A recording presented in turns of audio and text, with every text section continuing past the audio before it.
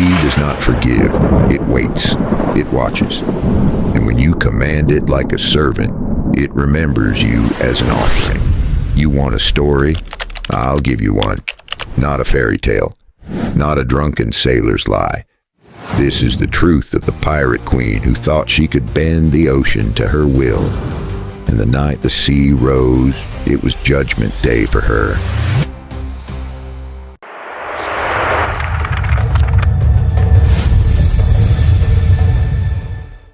Born of storm and salt.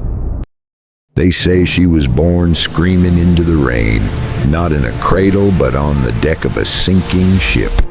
Her mother died with salt in her mouth and blood in her palms, and the sea claimed Mira as its own.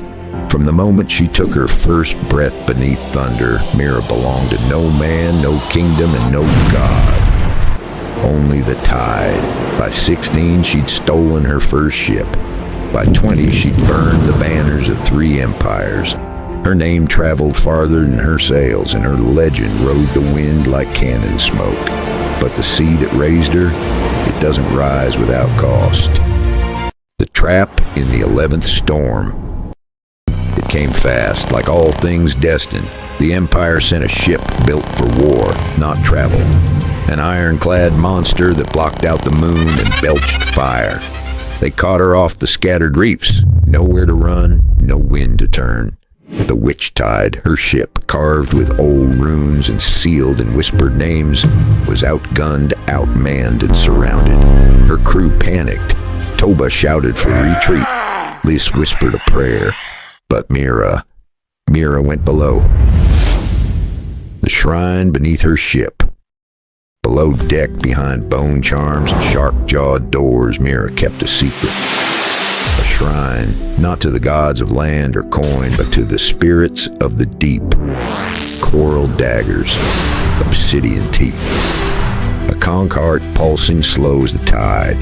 She bled into the salt, whispered names that even krakens forget. And she begged, not for victory, but for power. The power her mother once called, the power that demanded more than blood. It demanded judgment. Her mother's warning. Before she spoke the names, before the salt accepted her blood, Mira closed her eyes.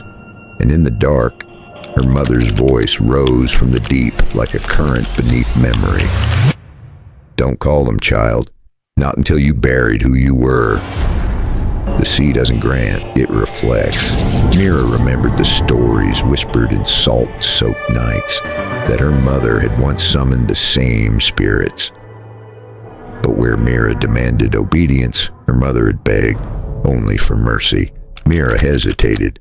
Then the cannon fire roared above. Her crew screamed, and she spoke the words anyway. She didn't bury who she was, she buried who she could have been. When the sea rose to speak, the rain halted, the wind died, and the sea began to glow. From the deep they rose, shapes not meant for eyes. A woman with hair like jellyfish tendrils. A serpent of coral and bone, a leviathan stitched from drowned ships. The Empire's crew screamed. Some fled, others fell to their knees, but the spirits didn't care for fear. They cared for balance. They struck both ships. And above the roaring tide, the sea whispered, "We are not your weapon. We are your reckoning." The judgment of Queen Mira. Mira was pulled into darkness, into the realm below breath. There she stood barefoot beneath stars, drowned in silence, before the court of the tides. And from it stepped Nyla, tall, luminous, faceless, but watching. "You carry your mother's name, but not her burden," Nyla said. Vision swirled around her. A burn-in fishing village, her own hand pushing a lover into the waves. Her mother's voice whispering, "Never call them unless your soul is clean." And Mira, for the first time in years, said nothing. The tide turns with sacrifice. As spirits tore the world apart above, one voice broke through. Lys, barely 17, stood atop the mast, screaming into wind and myth. she's changed. She's not her past. And the spirits paused. Nyla's voice echoed. Then let her prove it. Mira returned to her body, stumbled to the deck, fell to her knees, and in the hush of the waves, she plunged her hand into the sea. Take me, spare them.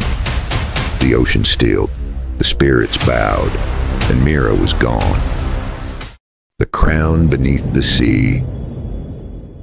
Dawn broke soft. The sea lay quiet as if no battle had ever stained it. Only Mira's ship remained, no trace of the galleon, no blood on the waves. Floating beside the witch tide was her crown, woven of crimson coral, rimmed in salt tears. It drifted for a while, then sank, slow as forgiveness. Toba watched it go. Liz took the helm, and Mira's name became something whispered between sailors and storms and lullabies. The queen who turned the tide, not with blades, but with surrender, and the sea remembers her still. The Salt Throne. Some say Mira was taken, but the old sailors, those with fog behind their eyes and salt in their blood, they say something else. They say the sea did not destroy her. It kept her.